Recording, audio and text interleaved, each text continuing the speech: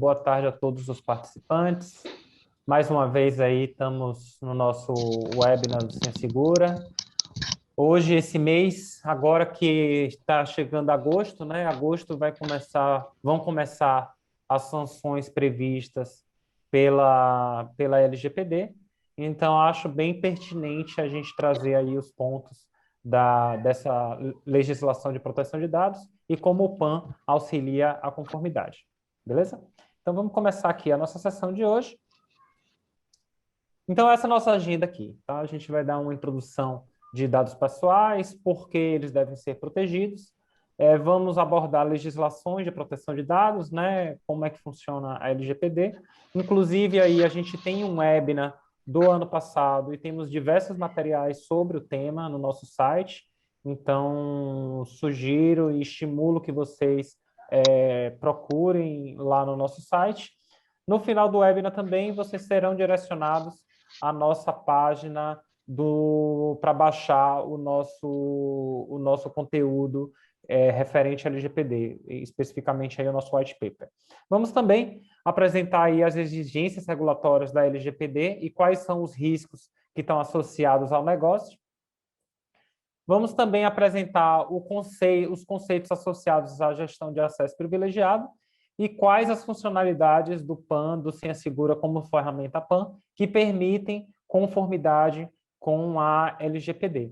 E aí, finalmente, vamos apresentar os benefícios e resultados da implantação do Senha Segura em organizações de todos os tipos e verticais também. Tá bom? Então, sem mais delongas, vamos começar nosso webinar.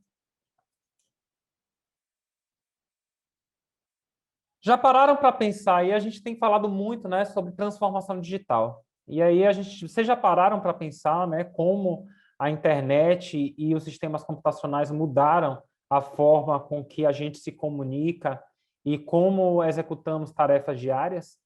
Todos os dias a gente envia dezenas ou até talvez centenas de e-mails, de documentos, acessamos aí sistemas bancários para pagar contas, por exemplo, né? Compramos coisas, ainda mais agora com a pandemia, né? Que existe a parte do delivery, da compra através do celular, e até o mercado, né? Que antes a gente ia para o mercado fisicamente fazer nossas compras do mês, hoje a gente faz tudo online.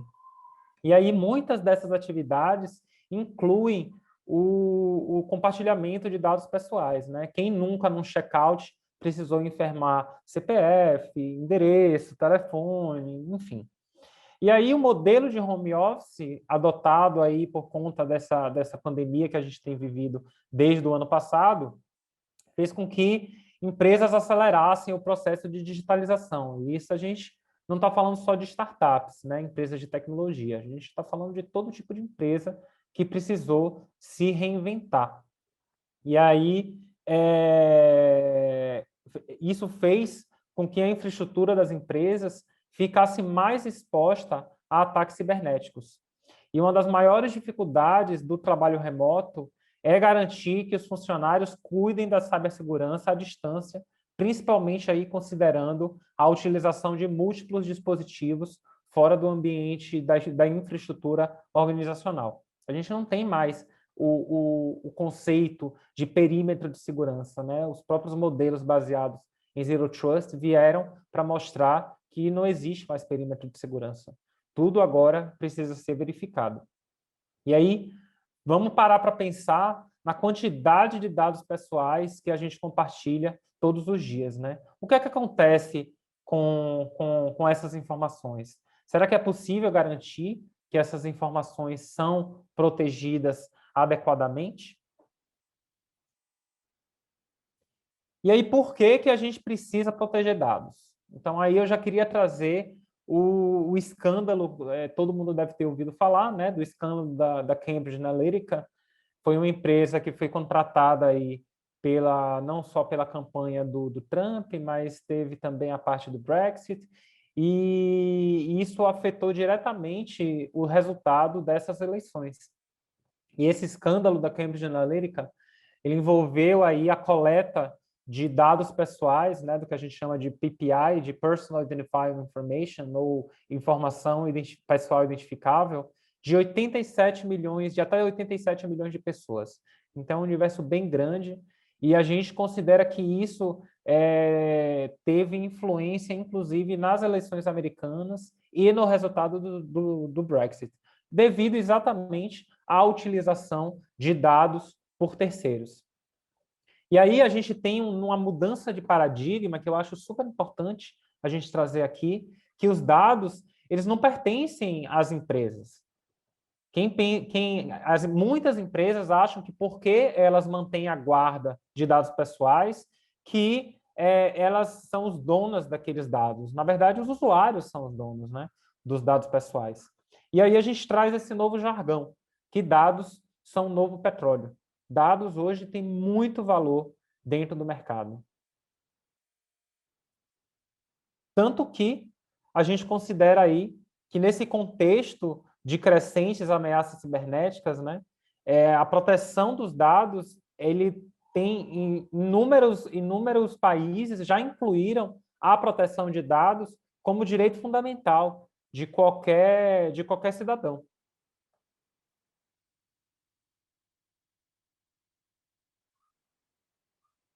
Qualquer cidadão hoje, ele tem o direito à proteção dos seus dados e é obrigação das empresas garantir a adequada proteção desses dados pessoais. E aí hoje a gente está vivendo a era da privacidade. A gente tem uma série de governos que estão com iniciativas para a criação de novas regulações, novas sanções, e essas regulações e sanções são um novo desafio para os times de segurança. Aí a gente tem a GDPR, né, na Europa, que é basicamente o que a Lei Geral de Proteção de Dados foi baseada. A LGPD é a legislação brasileira de proteção de dados pessoais. E aí a gente tem, desde 2010, o início dos debates, né, da LGPD no Brasil. Em 2018, ela foi aprovada no Senado, que foi, coincidentemente, o mesmo ano que a GDPR entrou em vigor lá na Europa.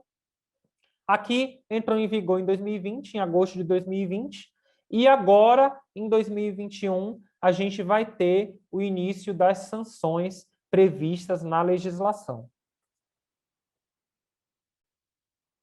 E aí a LGPD, ela introduziu novas exigências que devem ser endereçadas pelas organizações e pelos times de segurança. E aí, mais uma vez, a gente não está falando só de empresas de tecnologia, tá? Qualquer empresa que lide com dados pessoais, ela precisa se adequar à Lei Geral de Proteção de Dados. E aí você me pergunta, tá, Davi, quais são essas exigências regulatórias?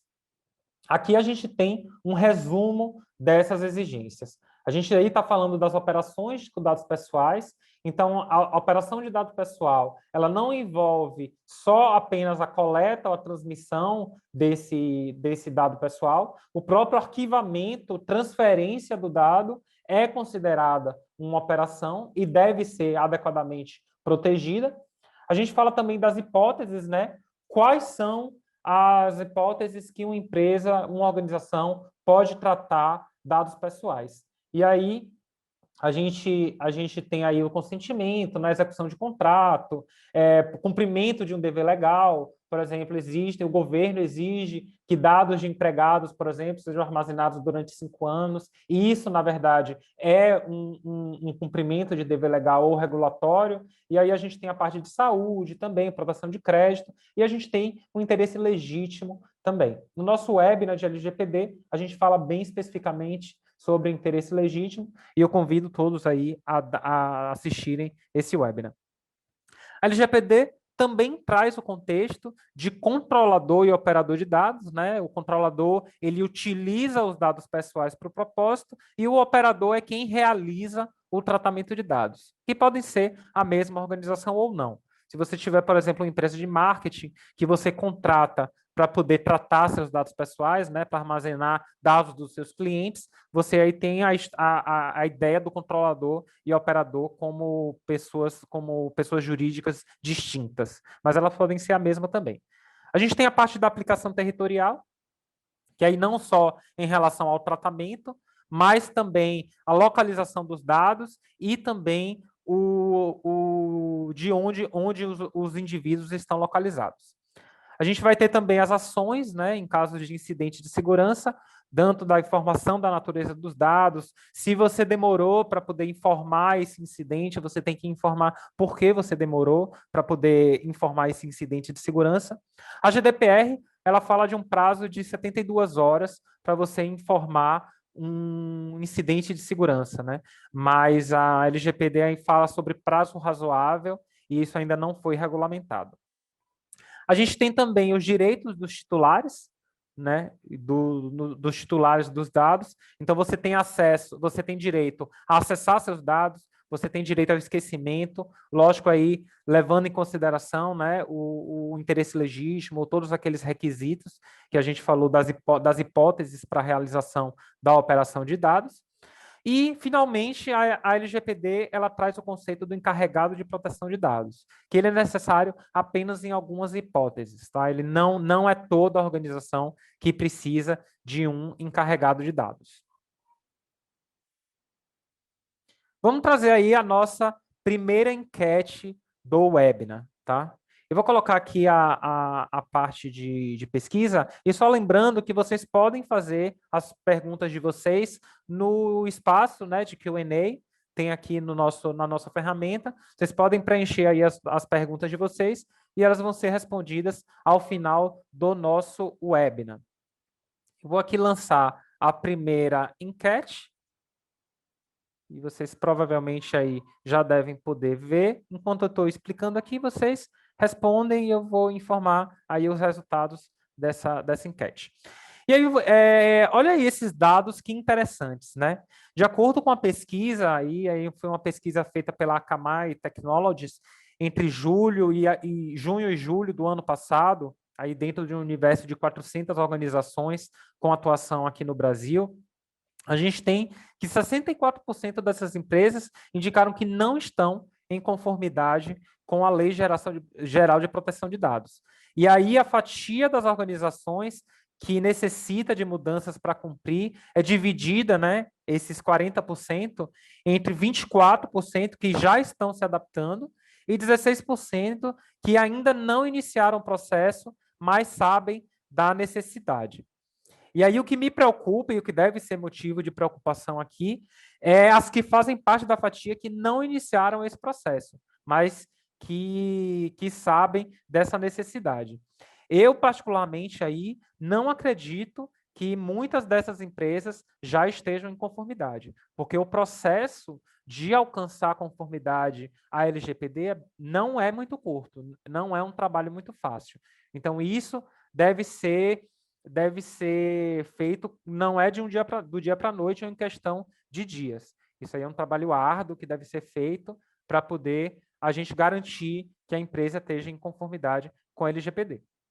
E aí, dentro do universo, né, de empresas que participou dessa pesquisa, as mais afetadas pela LGPD são as que trabalham, né, com maior sensibilidade de dados ou então com grande volume de informações. E aí a gente vai ter o pessoal de e-commerce, empresas do setor financeiro, né, que são, inclusive, bem regulamentadas pelo Banco Central, e a gente vai ter também as empresas de saúde, instituições de saúde. E aí, vale lembrar que em tempos de Covid, né, mais do que nunca, dados de paciente estão sendo processados pelas instituições de saúde. Quem aqui não precisou ir num hospital e fornecer dados pessoais? As próprias máquinas, né? Tem muita IoT, inclusive a gente tem também um webinar falando sobre a indústria 4.0 e como os dispositivos de saúde coletam, né, essas informações. E aí a gente tem mais informações preocupantes. 3 em cada 4 empresas já tiveram dados vazados na internet, de acordo aí com esse levantamento feito pela PSAFE. E aí essa análise demonstra que essas organizações estão vulneráveis, sim, ataques hackers e também a vazamento de dados. E, provavelmente, também, em breve, há sanções previstas pela LGPD. E quais são essas sanções, Davi? Aqui a gente traz aí uma lista dessas sanções, mas eu destaquei aqui, lógico, a que trata da parte financeira, porque é o que mais pesa aí o que mais pesa lá dentro das organizações, né? A LGPD, ela prevê multa de até 2% do faturamento líquido da pessoa jurídica, limitada a 50 milhões de reais. Então, não preciso nem explicar que isso afeta diretamente a continuidade dos negócios. E esse é o primeiro risco para os negócios. Como a gente ainda não tem muitos dados de sanções impostas pela LGPD, e antes que vocês me perguntem, teve o caso da Cyrela, né, no começo do ano, mas aí foi um caso que envolveu a justiça, não foi uma aplicação de multa pela Agência Nacional de Proteção de Dados, né, um caso que envolveu a justiça comum. A gente vai usar aí a equivalente europeia, a GDPR, como base comparativa. E aí, para quem não sabe, a GDPR é a abreviação de General Data Privacy Regulation, que é a regulação, a legislação de proteção de dados vigente na Europa desde maio de 2018. E aí, segundo essa pesquisa da Atlas VPN, nos últimos 3 anos, essas multas totalizaram aí mais de 280 milhões de euros, envolvendo aí um total de mais de 640 penalidades que foram impostas, né, a organizações que violaram a Lei de Proteção de Dados Europeia. E aí, só para a gente ter esse dado, a maior dessas multas, dessas sanções, foi de 50 milhões de euros, que foi imposta aí pelo regulador de proteção de dados da França ao Google, pelo Google não fornecer informações transparentes nas suas políticas de consentimento e também na forma que eles realizam o tratamento de dados pessoais, tá? E aí, a gente não está falando só de perda monetária, tá? De acordo com a pesquisa da McAfee, 92% das empresas pesquisadas, né, dentro desse universo que eles pesquisaram, sentiram outros danos além de perdas monetárias. E aí essas perdas incluem a redução de eficiência, indisponibilidade, custos operacionais, né, para resposta a incidentes, que você tem, né, que empregar esforços para poder remediar e prevenir, logicamente, mas remediar os incidentes de segurança, né, e também danos à reputação e à imagem. E aí, atualmente, nos dias atuais, quando a gente tem internet e informação correndo livremente, cada vez mais as pessoas, eu pelo menos tenho feito isso, a gente considera a confiança como aspecto importante ao se relacionar com outras empresas. E aí, em termos de transformação digital, maior concorrência no mercado, faz toda a diferença. Eu, pelo menos, não gosto, nenhuma marca quer ter, nenhuma empresa quer ter a sua marca associada a um incidente cibernético, tá? E aí, exatamente por esse motivo, pequenas e médias empresas vêm sido alvo preferido de criminosos cibernéticos. Por quê? Porque eles têm essa limitação orçamentária em cibersegurança. Poucas pequenas e médias empresas têm orçamento, têm uma área de segurança, têm um responsável pela segurança, tá? Então, os atacantes maliciosos, eles preferem muito mais atacar muitas pequenas empresas do que investir esforços em atacar uma grande empresa que tem um investimento aí pesado em segurança cibernética, tá?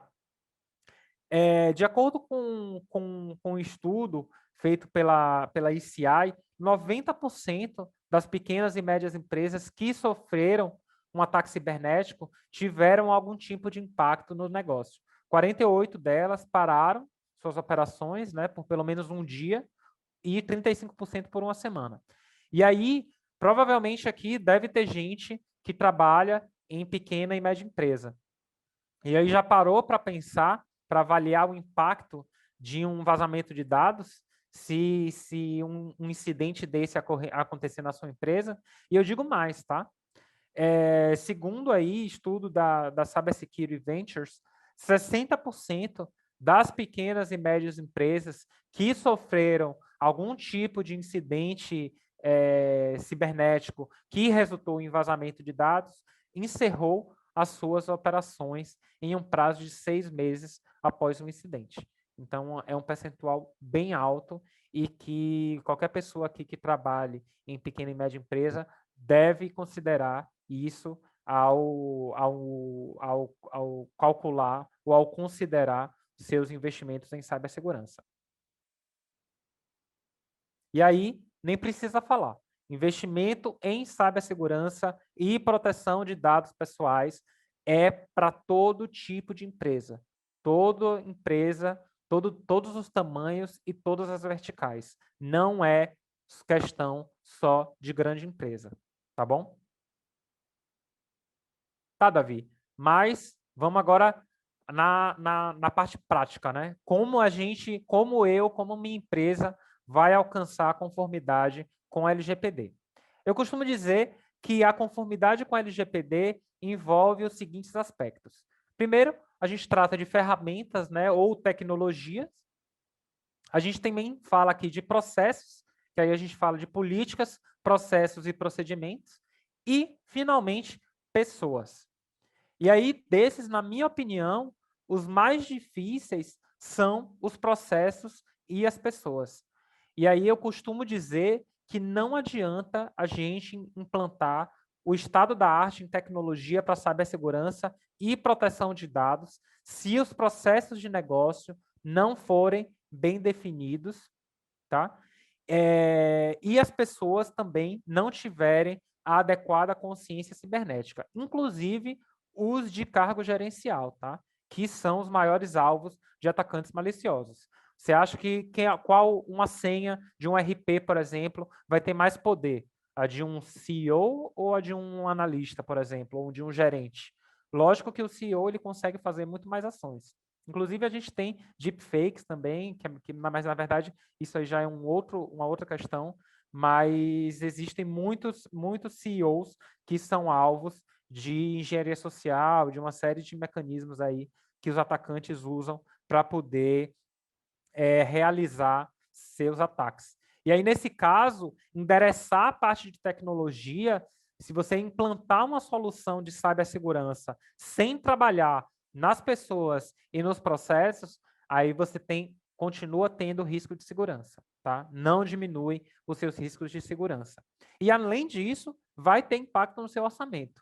Porque aí você teve gasto, né, para poder implementar a solução e você não consegue ver o resultado delas, porque você não trabalhou nos outros aspectos. E isso pode afetar diretamente a continuidade dos negócios. Em suma, minha recomendação aqui é: estabeleça os processos, aumente a consciência cibernética e aí sim pense em adquirir soluções para gerenciar adequadamente os riscos em cibersegurança, tá? Pronto, já falamos demais de teoria, vamos agora para a prática. Uma boa forma de começar a adequação à LGPD é através dos syscontrols. Syscontrols, para quem não sabe, são uma série de controles, eles eram 20 controles. Essa nova versão, a versão 8, a gente está tratando de 18 controles, tá? Que aí, esses controles, eles permitem melhorar a postura em cibersegurança em organizações de todos os tipos. E aí você tem os diferentes níveis e dependendo da sua maturidade em cibersegurança e do seu apetite ao risco, você pode adequar esses controles para serem usados na sua organização, beleza? E aí a gente tem dois controles específicos e olha como a proteção do acesso e de credenciais privilegiadas é importante. O syscontrols, ele traz dois controles específicos para falar de gestão de contas e gestão de controle de acesso. E aí a gente falando sobre isso tudo envolve toda a parte de credenciais privilegiadas. E aí hoje a gente tem aí mais de 300 bilhões de senhas para proteger atualmente. São 300 bilhões de credenciais que podem aí, tem diferentes níveis, mas que podem aí causar bastante dano na organização. E aí mais dados, segundo aí estudo da Verizon, do Data Breach Investigation Report, 37% dos ataques cibernéticos envolveram credenciais roubadas. Ou seja, mais de um terço dos ataques envolveu algum tipo de credencial roubada. E o custo médico, inclusive, de cada ataque envolvendo credencial privilegiada chega aí na casa dos 4 milhões de dólares, 4,77. Isso, inclusive, é bem maior do que, é quase 30% maior, mais de 30% maior do que o custo médio geral de um ataque cibernético, que foi de 3,86 bilhões. E para quem trabalha aqui em organização de saúde, vale aqui o lembrete que a indústria com maior custo de vazamento é a indústria médica, com 8,6 milhões de dólares. Então, aí chega a ser mais que o dobro do custo médio geral de um ataque cibernético. Tá bom? E aí a gente tem todo o contexto, né, dos dados, ambiente e do acesso. A gente tem os dados pessoais, que estão presentes em todo o ambiente, e a gente precisa saber onde esses dados estão armazenados, para poder a gente começar a entender como resolver e como proteger eles adequadamente. A gente vai ter o parque tecnológico, né, que é onde os dados trafegam, onde todo o processamento de dados aí vai ocorrer.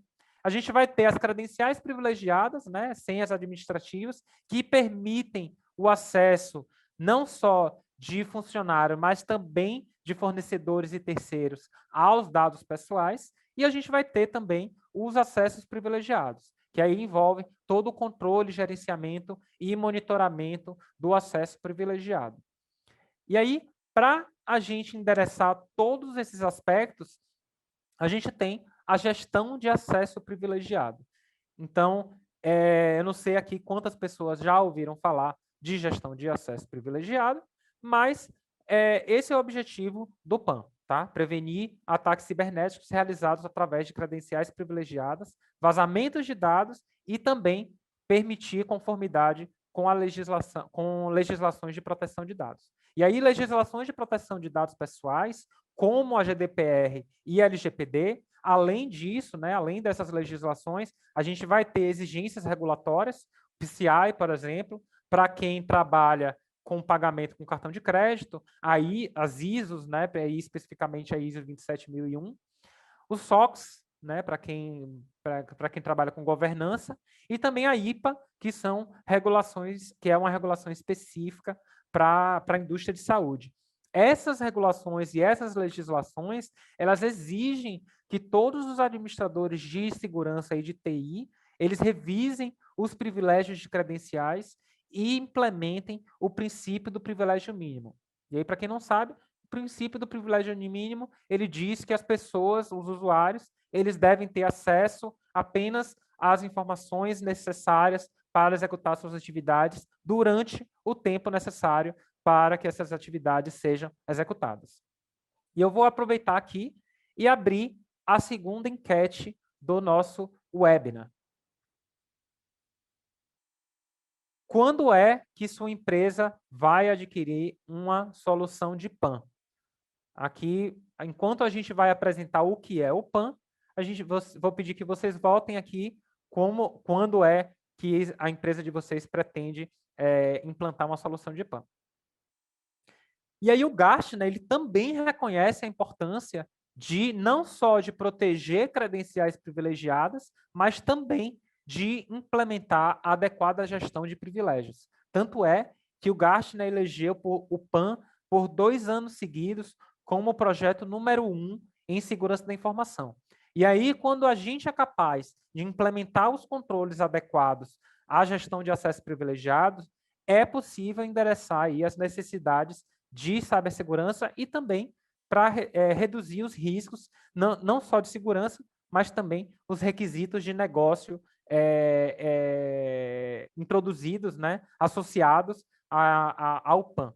E aí, cada vez mais, riscos de cibersegurança têm sido associados à continuidade dos negócios. Alguns desses riscos aí incluem a falta de visibilidade dos ativos conectados na infraestrutura, né? Você sabe quais são os dispositivos que estão conectados na sua estrutura, você conhece todos eles estão mapeados, as credenciais e os privilégios também estão mapeados, e aí a falta de gestão dos acessos privilegiados e a inexistência da rastreabilidade dessas ações realizadas no ambiente estão diretamente relacionados, porque eu costumo dizer que é impossível rastrear o que não se gerencia e é impossível gerenciar o que não se conhece. Então, aí o primeiro passo é a gente entender quais são os dispositivos que estão conectados na nossa infraestrutura.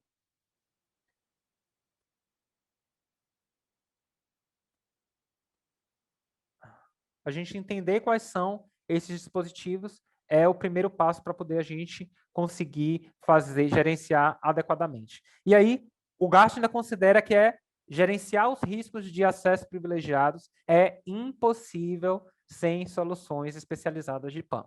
Não sou eu que estou falando isso, é o Dr. Gartner que está falando isso, tá bom? Vou encerrar aqui nossa enquete. E aí, as ferramentas de gestão de acesso privilegiado, elas são necessárias para poder endereçar completamente os desafios de PAN. E aí a gente traz aqui um diagrama que mostra exatamente o funcionamento de uma solução de PAN. Então, você tem aqui um usuário que ele pode não tanto visualizar a senha de um dispositivo, né? Que ele pode ser uma aplicação em nuvem, ela pode ser uma mídia social, um servidor, um dispositivo de rede, uma aplicação, um banco de dados, para você pode ter acesso direto a esses dispositivos, né? Ou você pode também realizar a acessão remota sem necessidade de expor a senha ao usuário, tá? E a gente tem aqui uma série de sistemas auxiliares, como integração ao AD, backup, por exemplo, monitoramento, né? Integração com Ciências Log para envio, né, de informações para o seu pessoal de SOC. E aí, o objetivo aqui é a gente ter o balanço ideal entre os privilégios e os acessos, que vai permitir implementar o princípio do privilégio mínimo. E poucas organizações conseguem implementar adequadamente o princípio do privilégio mínimo, o que aí faz com que a superfície de ataque seja aumentada e deixe a organização aí exposta a riscos através do privilégio excessivo ou inadequado. Quantas vezes você muda uma pessoa dentro da sua organização, dentro de diferentes setores, por exemplo, e você não consegue, você não tem pessoal para poder revisar os acessos e os privilégios desses usuários. E aí você tem os usuários acumulando privilégios dentro da organização.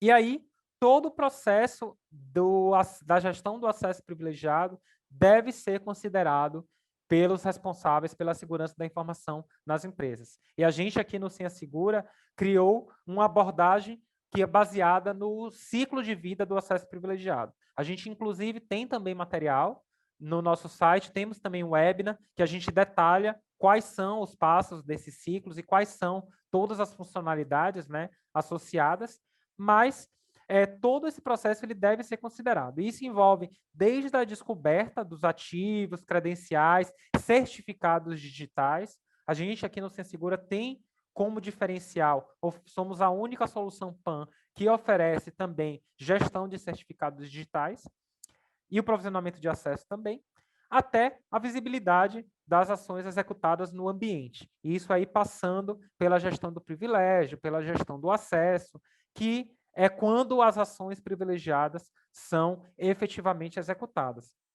E aí, esse processo, é possível a gente considerar todo esse processo em um ciclo de vida, né? E aí, segundo o Gartner, essas ferramentas de PAN, como senha segura, elas permitem a descoberta, gestão, controle de contas administrativas, além da delegação de ações privilegiadas. E aí, quando a gente implementa esses controles adequados de gestão de acesso privilegiado, a gente consegue, as organizações conseguem endereçar esses requisitos de cibersegurança, garantindo a conformidade com legislações de proteção de dados, né, como a LGPD, além de reduzir os riscos associados. Inclusive, no nosso site, tem uma nossa ferramenta chamada PAN Maturity, que é uma ferramenta que vocês conseguem avaliar o nível de maturidade em PAN da sua organização. E aí é um bom começo para poder a gente entender quais são os requisitos associados ao PAN. Tá? Agora a gente vai entrar quais são as funcionalidades, né? Vamos agora explicar quais são as funcionalidades, algumas das funcionalidades que permitem conformidade com a LGPD. Primeiro, a gente vai ter a consolidação dos acessos. Então, quando você consolida todos os acessos através de uma solução de PAN como senha segura, isso permite com que você você tenha total rastreabilidade dos acessos. Você vai ter aí todo o controle. A gente tem recursos que permitem máxima visibilidade das ações executadas dentro do ambiente. Tá? A gente vai ter também os grupos de acesso, que aí você consegue segregar todos os privilégios de usuário, tanto para saque de senha, por exemplo, para você visualizar uma senha, né? A gente chama isso de saque de senha.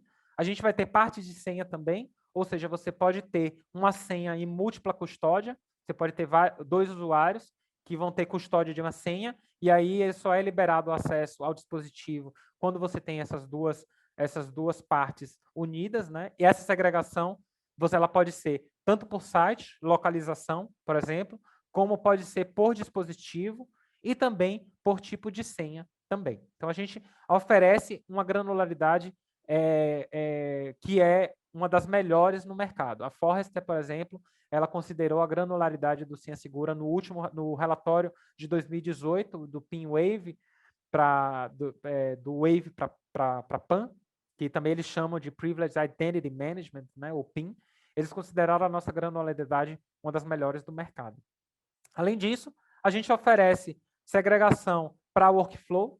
Então, a gente oferece até 3 níveis de aprovação para acesso, não só para saque de senha, mas também para sessão remota. E aí, a gente também oferece sessão remota via RDP, SSH e uma série de outros protocolos, HTTP também, tá? Isso tudo sem necessidade de exibir a senha ao usuário. A gente vai ter também a parte de sessões remotas, em que os vídeos de sessão são armazenados para poder posterior visualização por um auditor, por exemplo. Então, aquele auditor ele pode verificar o vídeo da sessão, ele pode colocar flags também, sinalizar pontos de verificação naquela sessão remota. Nós temos os logs de texto também, que são gerados pelas sessões remotas. Acompanhamento de sessão, que é um recurso bem interessante, chamado Live Stream, que a gente oferece, que permite não só um auditor ou um administrador ver o que é que o usuário está fazendo durante a sessão remota, mas também ele consegue encerrar a sessão ou bloquear qualquer tipo de acesso à sessão remota. Tá bom? E aí, essas funcionalidades oferecem aí um equilíbrio entre os privilégios e acessos, né? Quais são os privilégios que os usuários vão ter. E aí a gente costuma dizer que existe um balanço entre segurança e produtividade. Se você levar muito os controles de segurança, você vai diminuir a produtividade do seu time. E aí vice-versa. Se você diminuir os seus controles, você consegue aumentar a produtividade. Lógico que o ideal é a gente encontrar um equilíbrio entre os dois. E aí a gente consegue conformidade com regulações e políticas de segurança, né? A implementação do princípio do privilégio mínimo e a garantia da continuidade do negócio, que aqui, para quem é de gestão, para quem é de negócio mesmo, é uma das coisas que mais interessa, né?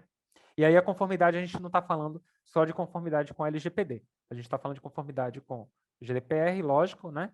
Mas a gente está falando de SOX, de IPA, de ISO, de syscontrols, de NIST. A gente não tinha falado antes, mas o NIST também, o framework de cibersegurança do NIST é muito utilizado como referência, né, para poder garantir segurança cibernética.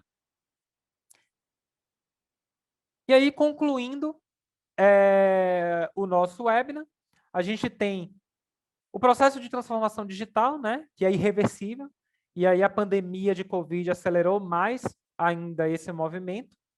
Proteção dos dados pessoais, né, que é um direito de todo cidadão, e os governos aí estão criando legislações específicas para poder garantir essa proteção.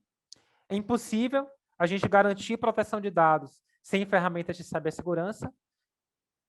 E o PAN que é essencial, né, para a total gestão de credenciais e acessos, para poder garantir a segurança cibernética e a continuidade dos negócios. E aí as funcionalidades do Senha Segura, que permitem mitigação dos riscos associados e dos acessos realizados na infraestrutura. Tá bom? E aí, com isso, a gente conclui aqui o nosso webinar. A gente está disponível para realizar demos, se vocês precisarem. E agora a gente vai para a parte de perguntas. Devolvo aí a palavra para você, Paulo. Boa, Davi, muito bom. Puxa vida, grande conhecimento aí, muito dado. Olha, tem uma pergunta que não está aqui no Q&A, mas está aqui no chat do Gilson Willenhoff. Ele está perguntando se é possível você, na solução do Senha Segura, ter controle de acesso naquele certificado A1. Sim, uso do certificado. Sim, Paulo. A nossa solução de certificados digitais, ela permite gestão de uma série de certificados, inclusive A1, tá? A gente tem também material falando sobre certificados digitais. Se vocês precisarem de material, podem mandar um e-mail para a gente.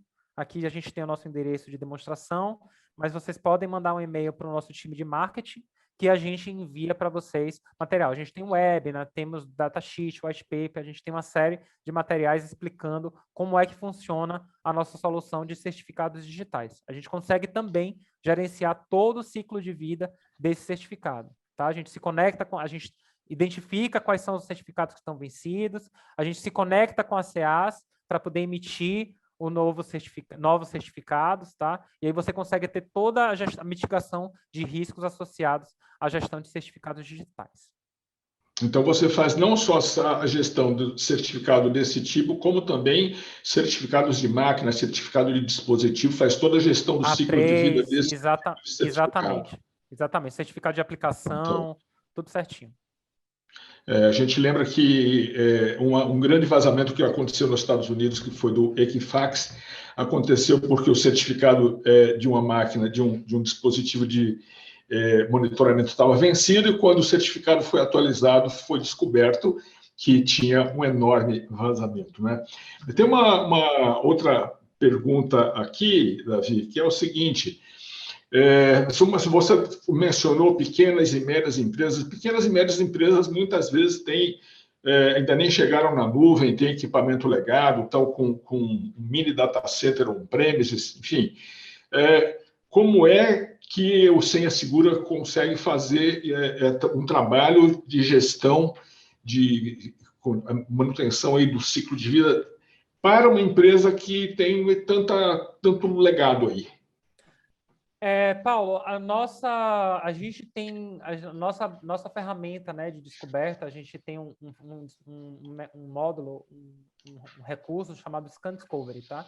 Que a gente faz aí o varrimento contínuo do seu ambiente, procurando por dispositivos, por certificados digitais e também por credenciais privilegiadas, tá? O Gartner, ele elogiou ele considera o nosso Scan Discovery como o melhor no mercado de PAN, e a gente oferece isso através de conectores abertos, tá? Então, os nossos conectores, eles conseguem se conectar através de protocolos a uma série de dispositivos, inclusive dispositivos legados. Então, a gente consegue oferecer máxima visibilidade nos dispositivos. Inclusive, tem clientes nossos que utilizam o Scan Discovery do Senha Segura para poder realizar inventário de ativos.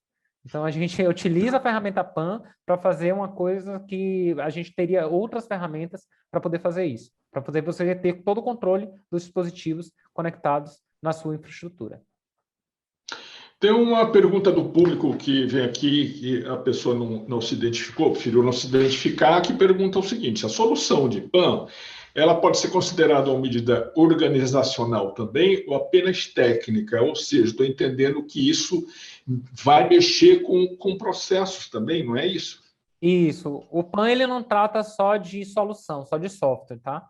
Ela envolve processos organizacionais, políticas também. Então, quando a gente fala de PAN, a gente não está falando só do Senha Segura.